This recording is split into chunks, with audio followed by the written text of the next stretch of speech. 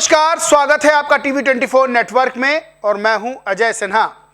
राहुल गांधी चाहते ही नहीं है कि कोई दूसरा राजनीतिक दल चुनाव जीते।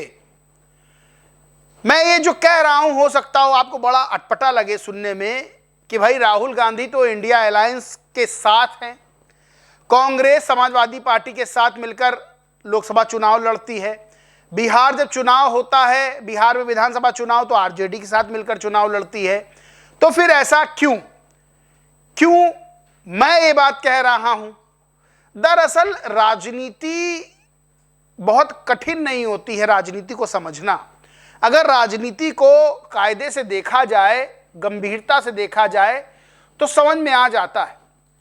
चुनाव से पहले यह भी समझ में आ जाता है कि किस राजनीतिक दल का पलड़ा जो है वो भारी है, कौन चुनाव जीत सकता है, कौन चुनाव हार रहा है, किसकी क्या कमजोरी है। तो राजनीति इतना मुश्किल विषय नहीं है समझना। अब मैं जो ये कह रहा हूं कि राहुल गांधी चाहते ही नहीं है कि कोई दूसरा राजनीतिक दल चुनाव जीते, ये मैं क्यों कह रहा हूं। दरअसल बिहार का चुनाव जब आप देखते हैं तो आपको पता चलेगा कि कांग्रेस किस तरह कथित रूप से बीच में चुनाव छोड़ती है। आपको याद होगा जब तेजस्वी यादव को मुख्यमंत्री पद का चेहरा घोषित किया जाता है कि भाई इंडिया अलायंस की तरफ से तेजस्वी यादव मुख्यमंत्री होंगे, तो वहां क्या राहुल गांधी मौजूद रहते हैं? नहीं रहते हैं। राहुल गांधी एक यात्रा निकालते हैं बिहार चुनाव से पहले और ठीक उसके बाद तेजस्वी यादव अपनी एक यात्रा निकालते हैं। बीच चुनाव में कांग्रेस लगभग नदारद रहती है और सवाल भी खड़े होने लगते हैं। हर्ष क्या होता है कि बीजेपी वहां जीत हासिल करती है, आरजेडी कांग्रेस को हार का सामना करना पड़ता है। पश्चिम बंगाल में देखें तो राहुल गांधी पहले चुनाव से कहते हैं कि ममता बनर्जी ने रास्ता खोल दिया है, अब बीजेपी के लिए रास्ता खुल गया है और ममता बनर्जी पर भ्रष्टाचारी होने का आरोप लगाते हैं कि ममता बनर्जी की सरकार में उन्हीं को नौकरी मिली जो ममता बनर्जी के खास थे या टीएमसी से जुड़े हुए लोग थे। टीएमसी के गुंडे, टीएमसी भ्रष्टाचारी है, ममता भ्रष्टाचारी है, तमाम तरह के राहुल गांधी ने आरोप लगाए और कांग्रेस वहां अलग चुनाव लड़ती है। रिजल्ट आता है कि टीएमसी को जबरदस्त हार का सामना करना पड़ता है। फिर यही राहुल गांधी कहते नजर आते हैं कि बीजेपी ने बेईमानी से चुनाव लड़ा, बीजेपी ने बेईमानी से चुनाव जीता और टीएमसी इसी बेईमानी के चलते हार गई। यानी दोहरी बात, चुनाव से पहले ममता बनर्जी को भ्रष्टाचारी कहना, ममता की सरकार पर सवाल खड़े करना और ये कहना कि बीजेपी के लिए रास्ता खुल गया है, और जब बीजेपी जीतती है तब उसी जीत पर सवाल राहुल गांधी खड़े करते हैं। आपको मध्य प्रदेश का चुनाव भी याद होगा, आपको हरियाणा का चुनाव भी याद होगा, आपको जम्मू कश्मीर का चुनाव भी याद होगा कि किस तरह से कांग्रेस ने समाजवादी पार्टी को किनारे किया। मध्य प्रदेश में कमलनाथ ने कहा कौन अखिलेश वखिलेश, तो हरियाणा में कांग्रेस के नेता कह रहे थे कि समाजवादी पार्टी का कोई जनाधार नहीं है। जम्मू कश्मीर में नेशनल कॉन्फ्रेंस के साथ कांग्रेस ने गठबंधन कर लिया लेकिन समाजवादी पार्टी को किनारे रखा।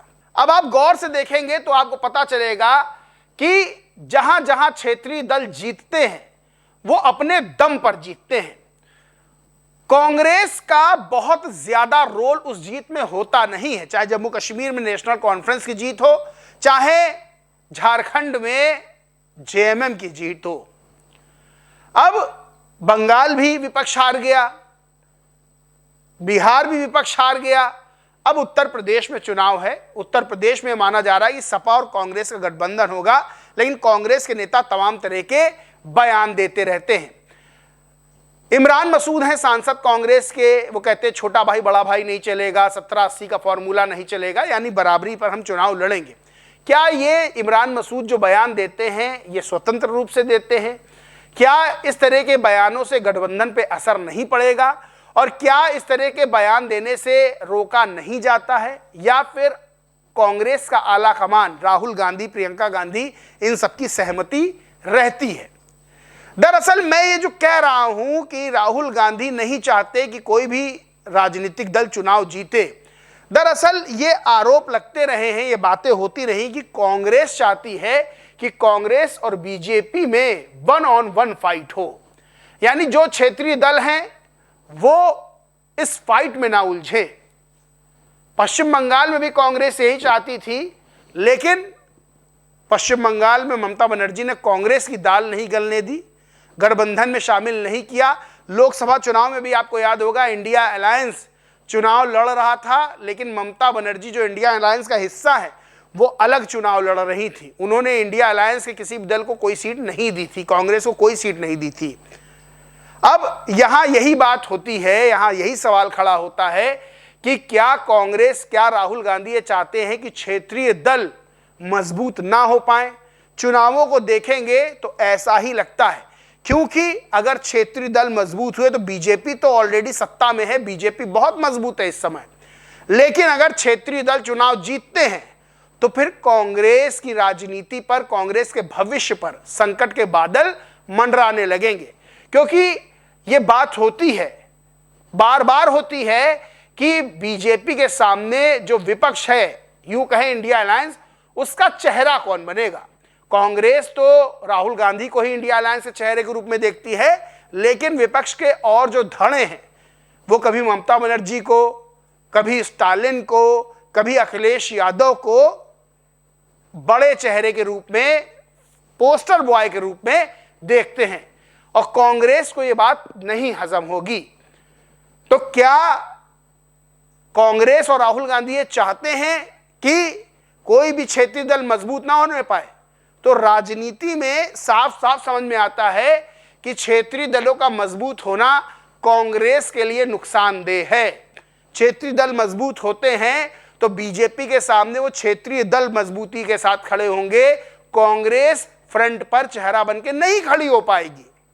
और अगर यही क्षेत्रीय दल कमजोर रहेंगे तो बीजेपी के सामने कांग्रेस, जैसे पहले मुख्य विपक्षी दल थी केंद्र में, वैसे ही कांग्रेस मुख्य विपक्षी दल के रूप में, मुख्य चेहरे के रूप में खड़ी रहेगी।